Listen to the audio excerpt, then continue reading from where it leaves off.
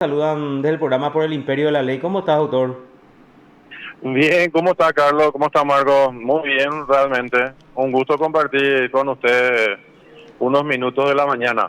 El gusto es nuestro, doctor, realmente, porque siempre hablamos acá con Carlos de- dentro y fuera del micrófono, ¿verdad? Y qué gusto hablar con un profesional del derecho que realmente sabe hacia dónde apunta y por qué se presenta, por ejemplo, para un cargo, ¿verdad? Mm. ¿Para qué se presenta un cargo? Y estaba leyendo, porque soy tu seguidor en el Facebook, y estaba Ya. leyendo que decías a través de tus redes sociales, esta es una candidatura desligada a los partidos políticos y a cualquier otro tema político.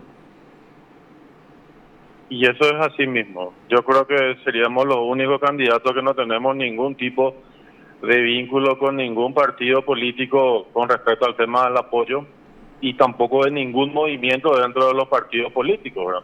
Hasta incluso yo iría un poco más allá, iría que con ningún movimiento tradicional también que suele pugnar en estas elecciones, ¿verdad? Sí, sí, sí, te Do- estás refiriendo a los movimientos tradicionales del gremio de abogados. Así mismo. Doctor, ¿y eso vos crees que juega a tu favor o a tu contra, digamos, en tu contra, digamos, porque siempre se necesita, digo yo, o se necesitaría, vos crees que sin ese respaldo puedas llegar, por ejemplo, a, a integrar el Consejo en representación del gremio de abogados, sin ese Sin esa respaldo fuerza. político, digo? Bueno, es una buena pregunta, ¿verdad?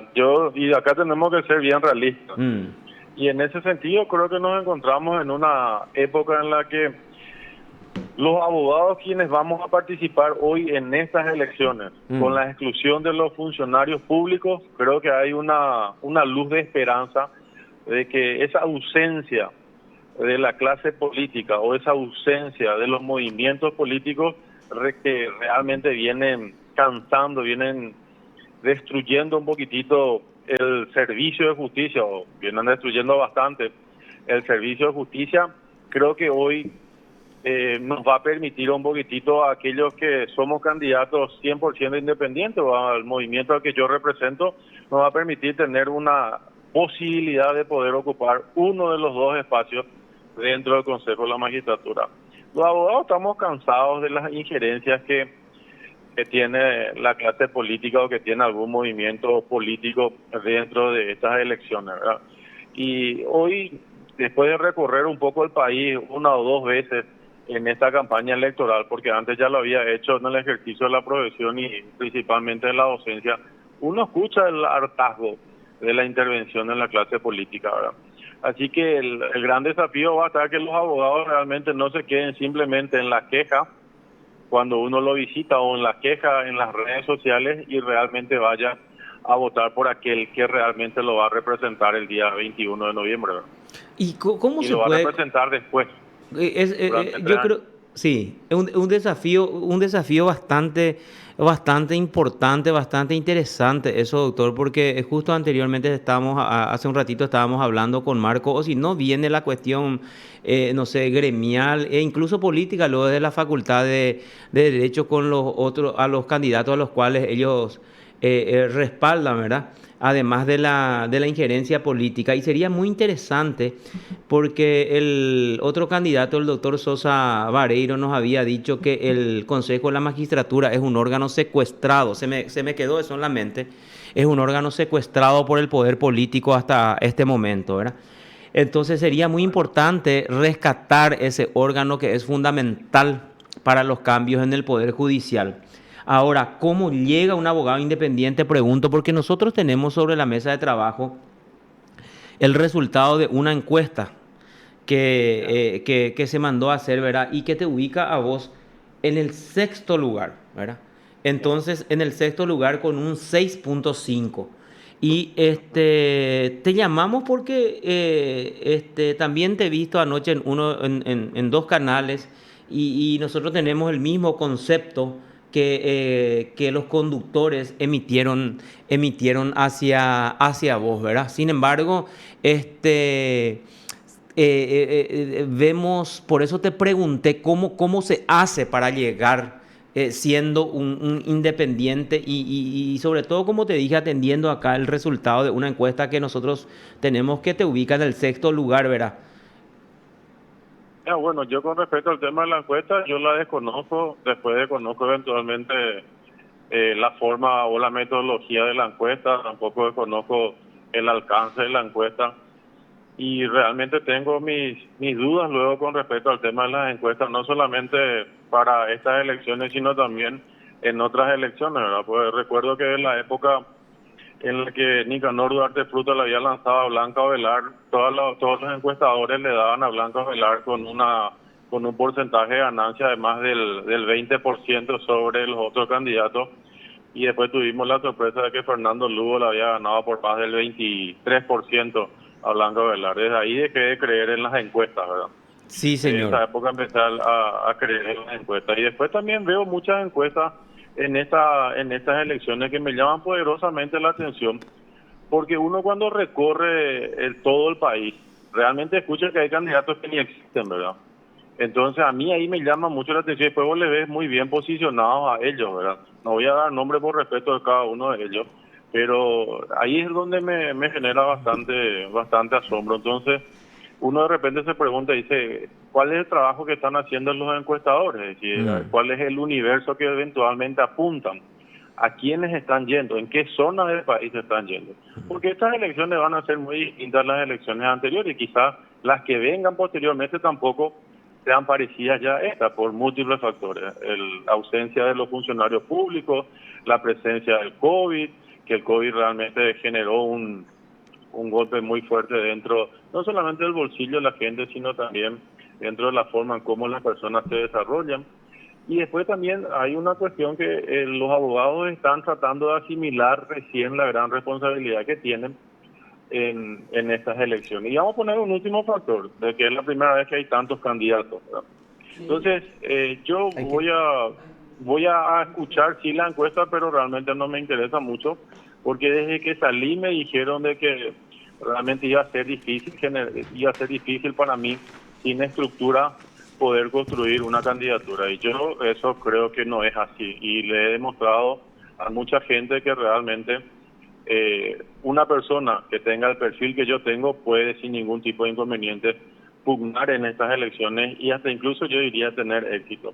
Ahora, ¿qué es lo que yo sí creo? Y creo en el trabajo que uno realiza. Nosotros nos hemos planteado realizar trabajos oficina por oficina, casa por casa, ir un poco a los pasillos, pero principalmente tratar de llegarle al abogado y a la abogada.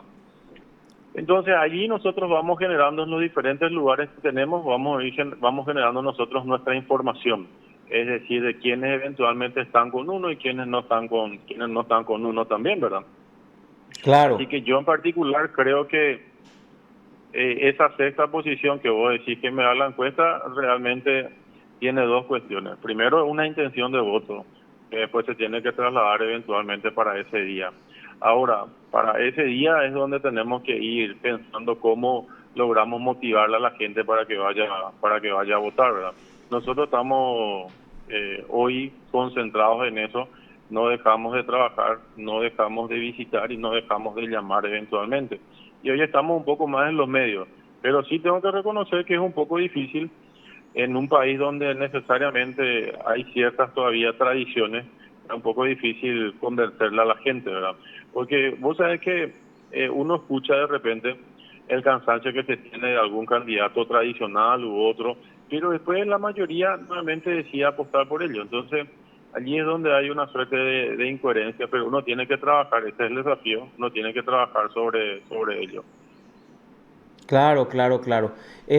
Así como dijo acá mi compañero Marcos, doctor, nosotros te llamamos y te habíamos entrevistado, ¿verdad? ¿De Creo que acuerdo? esta es la segunda vez y bueno, Así es. da gusto conversar contigo porque como te dijo Marcos, uno se da perfectamente cuenta de lo que vos querés, de lo que vos planteás y de vos cómo conoces la cuestión de fondo. En aquella ocasión nos había hablado mucho de la escuela judicial y vemos que la mayoría de los candidatos no se explayan, diríamos así como vos, sobre los diferentes temas que guardan relación con respecto al Consejo de la Magistratura. Nos habías proporcionado muchísimos datos sobre la escuela judicial, sobre las medias becas incluso, ¿verdad? Así Entonces, mismo. tenés una visión muy clara y por eso es que te estamos llamando, ¿verdad? Y ojalá, así como vos decís, que el candidato independiente pueda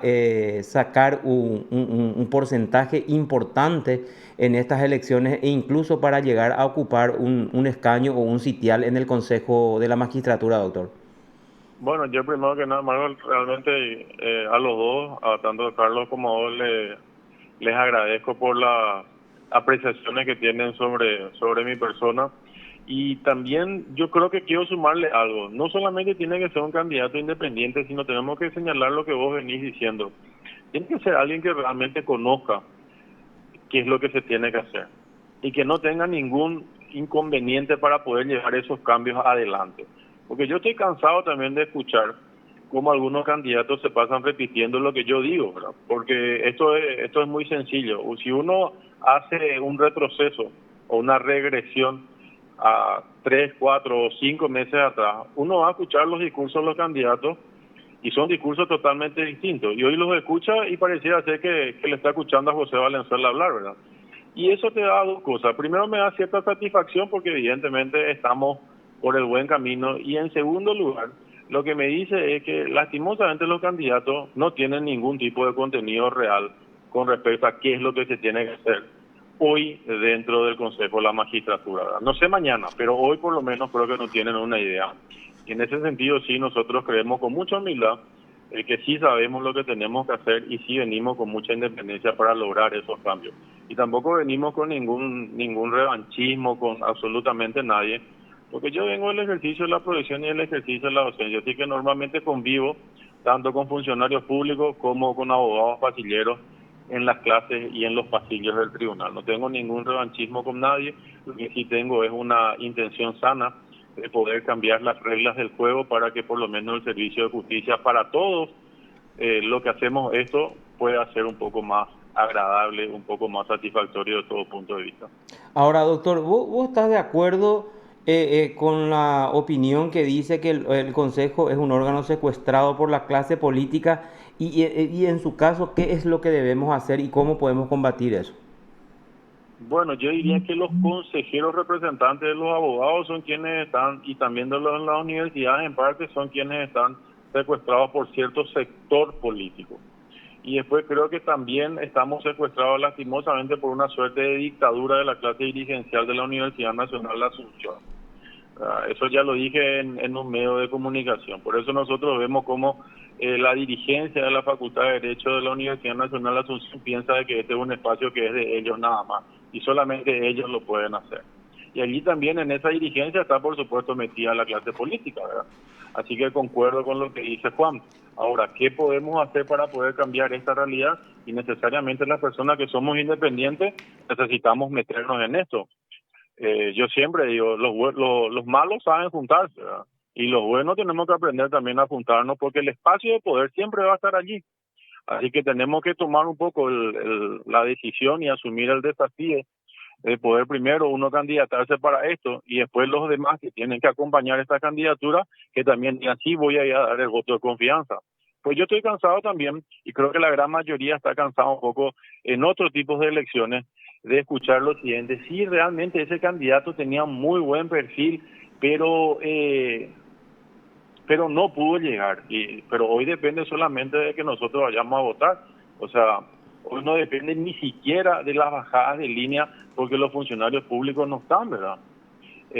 Hoy no hay forma de que la clase política pueda influir en estas elecciones realmente, porque hasta el abogado que se siente afectado, vamos a decir, recibe por lo menos la llamada de algún juez, de algún fiscal, de algún asistente fiscal, o de algún diputado, o de algún senador, o del vicepresidente de la República. Si recibe la llamada, le puede decir, sí, por supuesto, te vamos a acompañar, pero el día de las elecciones, en la urna electrónica, se va y vota por el independiente. Entonces, eso también tenemos que ser un poco más vivos. Y tenemos ya experiencia como esa. Yo vuelvo a poner, cuando Fernando Lugo se presentó, las encuestas le daban con un 22% ganador a Blanco Velar. Recuerdo muy bien que un senador había salido a decir a eso a las 3 de la tarde, bueno, nos declaramos ganadores. Y después a las 8 de la noche tuvo que salir a decir que reconocían la derrota de Blanco Velar y asumían la victoria y le saludaban al nuevo presidente de la República, ¿verdad? Entonces, ¿y de quién depende eso? Y depende de la gente que va a votar. El voto tiene más fuerza que cualquier llamada que se pueda hacer de cualquier persona. Así que yo apuesto a que los abogados y abogadas hoy disciernan quién es el mejor candidato, disciernan cuál es el mejor modelo que a nosotros en estos 3 años que van a venir nos puedan servir para que pueda cambiar nuestra situación para mejor. Y apuesten al voto. El voto es que decide esto. Y nada más. Es decir, cada abogado decide esto. Ahora, doctor, te quiero hacer una pregunta, si me permitís, con respecto al Sí, rechazo de la impugnación de la candidatura de Bogarín. ¿Y qué vos sí. entendés por el ejercicio efectivo de la profesión? Bueno, el ejercicio efectivo de la profesión es aquel quien realmente litiga o genera asesoramientos, ¿verdad? Y en ese sentido tributa como un prestador de servicios profesionales, ¿verdad? Entonces, ese es quien presta. Con respecto a la decisión del Tribunal Superior de Justicia Electoral, realmente yo lamento mucho, ¿verdad? Creo que se deja un muy mal precedente, independientemente de que el candidato sea Jorge, quien es amigo mío, o sea, independientemente de eso, acá uno, el interés general tiene que estar encima del interés particular. Y eso es una cuestión que nosotros no podemos dejar de ver. No importa si se llama José Valenzuela también. Acá tenemos que ser un poco más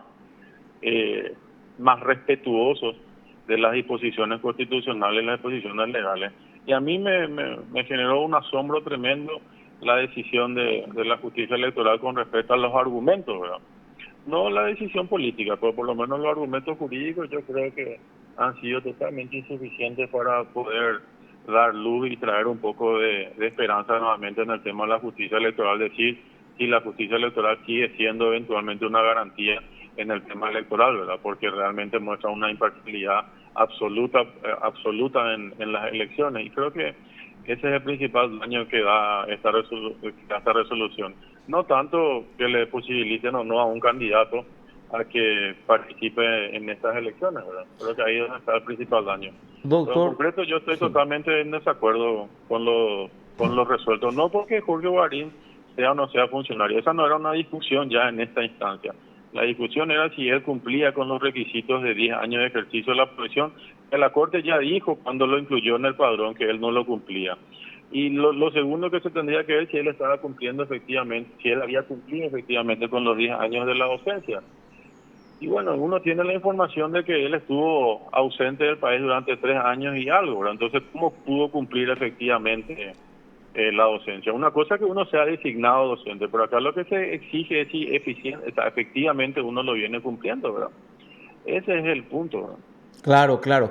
Y bueno, pero esos son, o sea, cuando se toman ese tipo de decisiones, sobre todo de parte de las autoridades que corresponden, en este caso la justicia electoral, golpea un poco o golpea mucho, doctor, porque es una cuestión sencilla y si el que tiene que resolver te dice lo contrario, es algo grosero y, bueno, ofende un poco o ofende mucho, doctor. Y sí, golpea bastante, no tanto en el tema de la ofensa, no, porque es una cuestión subjetiva, ¿verdad? Quizá a algunos le afecte más, a otros no. A mí me afecta desde el punto de vista objetivo, ¿verdad? Pues vuelvo a repetir, la justicia electoral ha construido en este país por lo menos una suerte de concepto de garantía en cuanto a imparcialidad en las elecciones. Y eso nos daba a todos los ciudadanos cierta tranquilidad. Si comenzamos a salir de este camino y comenzamos nuevamente a debilitar esta institución, vamos a tener problemas a futuro, ¿verdad? Esa es mi preocupación. Cuando nosotros no logramos construir institucionalidad, ¿verdad? Entonces, esa es mi gran preocupación, ¿verdad? Claro, Entonces, la por allí institucionalidad, tendríamos sí. que ir nosotros. Ahora, doctor, ¿vos crees que hubo injerencia política en la decisión del Tribunal Superior? No, o sea, creer no sé, pero la sospecha sí la tengo, ¿verdad? Es Sí. decir, creer sería tener una convicción al respecto y no tengo los elementos hoy para decir estoy convencido que esto es así. Lo que sí puedo decir es que evidentemente hay una sospecha como mínimo con respecto a que se haya que hayamos tenido alguna injerencia, ¿verdad? Pero si eso se logra demostrar, realmente ahí sí va a ser más lamentable esto. Ahí sí podría decir que realmente uno se va a sentir un poco indignado. Claro, claro, perfecto. Bueno, doctor, muchísimas gracias por el contacto.